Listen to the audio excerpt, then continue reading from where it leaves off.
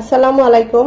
দূরে কাছে যে যেখানে বসে এই মুহূর্তে আমার এই ভিডিওটা দেখছেন তাদের সবাইকে মাহফুজা কিচেন বিটিতে ওয়েলকাম।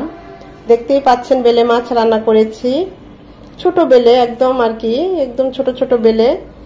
এই মাছগুলো খেতে অসম্ভব মজা হয়, খুবই সুস্বাদু মাছ বেলে মাছ। তা আমরা তো বেলে মাছই বলি, কে কি বলে জানি না। তো খুবই অল্প মশলায় এবং ঝটপটে ঘরে যে উপকরণগুলো থাকে মশলার তা দিয়ে রান্না করেছি। আমি তো আমার মতো করেই করেছি। আমি জানি সবাই এই ধরনের মাছ রান্না করতে পারেন, তো আমি যেভাবে করেছি সেটাই আপনাদের সাথে শেয়ার করলাম। তো চলুন কথা না বাড়িয়ে আমরা মূল ভিডিওতে চলে যাই।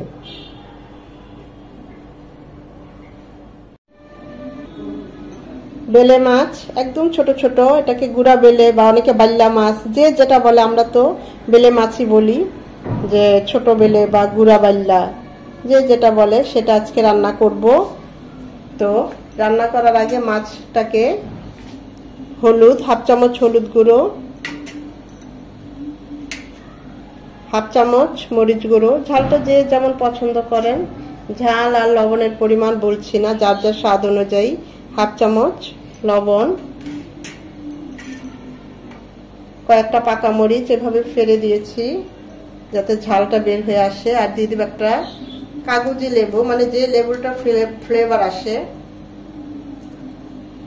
যদি এই লেবুর গাছের পাতাটাও দেন তাহলেও খুব ভালো হয় এর রেজাল্ট। একটা পাতা এখানে দিয়ে দিবেন হাতের কাছে যদি থাকে। তো সবকিছু খুব আলতোভাবে মিশিয়ে নেব।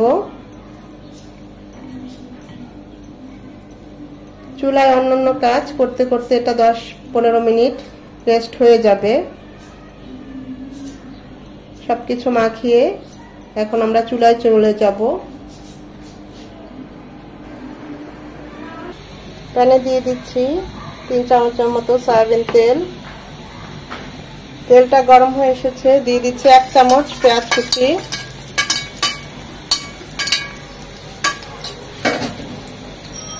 যেহেতু আমার মাছ খুব অল্প আবার ছোট মাছ, ঠিক ওই অনুযায়ী আমি মশলা পেঁয়াজ সবকিছু দিচ্ছি।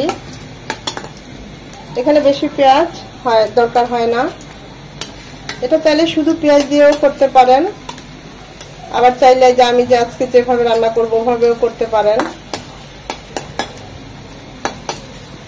পেঁয়াজটা একটু নরম হবে। পেঁয়াজটা নরম হয়ে এসেছে, 1 চামচ আদা রসুনের পেস্ট সেটা দিয়ে দিচ্ছি। এটাকে 1 মিনিট ভেজে নেব। এখানে হাফ চামচ আদা, হাফ চামচ রসুন। আমরা কিন্তু মাছটা হলুদ মরিচ দিয়ে হাফ চামচ করে মাখিয়ে রেখেছি, বাকি হাফটা এখন এই মশলা কষানোতে দেব।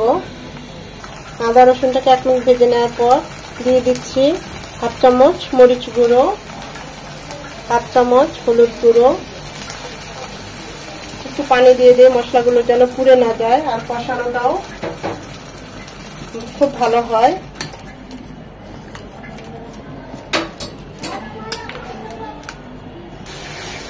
মশলাটা কষানো হয়ে গিয়েছে, দেখতেই পাচ্ছেন তেল উপরে উঠে এসেছে।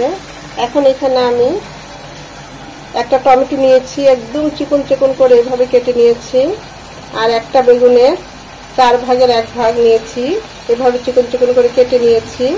এখন এগুলো দিয়ে দিব।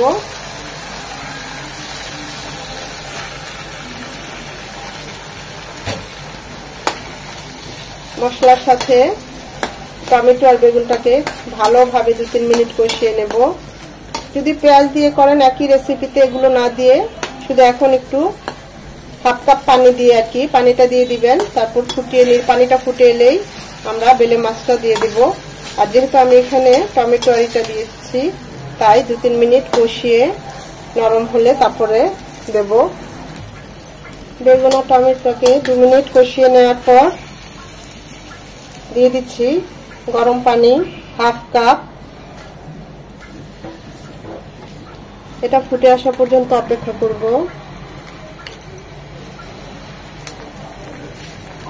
পানিটা ফুটে এসেছে, এখন এই বেলে মাছগুলো এখানে দিয়ে দেব।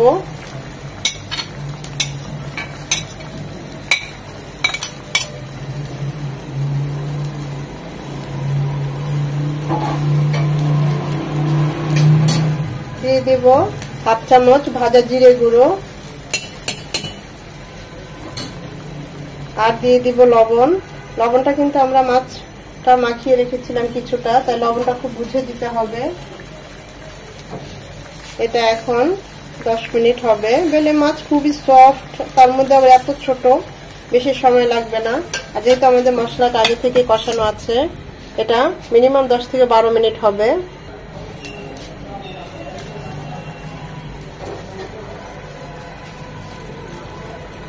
দিয়ে দিব আর 2-3টা এরকম টমেটো কুচি।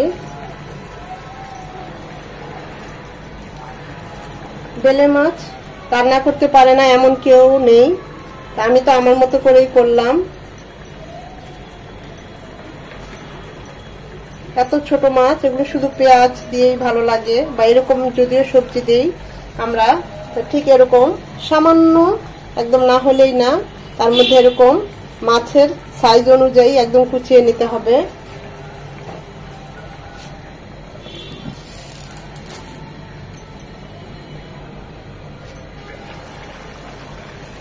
মাশাআল্লাহ, দেখতেই পাচ্ছেন কতটা লোভনীয় হয়েছে, লুকসটা কত সুন্দর এসেছে।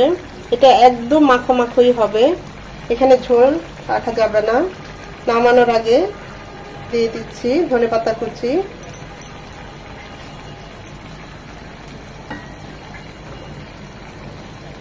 আশা করি ভিডিওটা আপনাদের ভালো লেগেছে, আর যদি ভালো লেগে থাকে অবশ্যই একটা লাইক দিবেন, কারণ এই লাইকটা পরবর্তী ভিডিও করতে আমাকে উৎসাহিত করে, সাহায্য করে। এখন আমি চুলাটা অফ করে দেব। খুবই সাধারণ এবং ঝটপটে, খুবই অল্প মশলায় আমি তো এভাবে প্রায় রান্না করি। কাসকি মাছ বা এরকম বেলে মাছ, বা শুধু ওরকম পেঁয়াজ দিয়েই এভাবেই রান্না করি একই রেসিপিতে, বাকি ওই সবজিটা আর দেই না। তা আপনারা চাইলে এভাবে একবার হলেও ট্রাই করতে পারেন, যারা নতুন রাঁধুনি একবার হলেও ট্রাই করবেন, দেখবেন অসম্ভব ভালো হয়। গরম ভাত দিয়ে খুবই ভালো লাগে খেতে।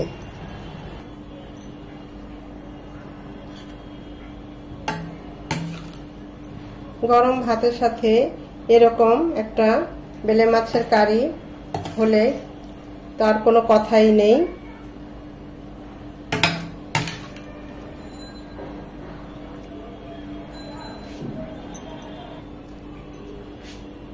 সত্যি বলছি, খুব ভালো হয় এভাবে রান্না করলে। ছোট মাছ খুবই ভালো হয়েছে, একবার হলেও ট্রাই করবেন। আপনাদের কাছে আমার এটা রিকোয়েস্ট থাকবে।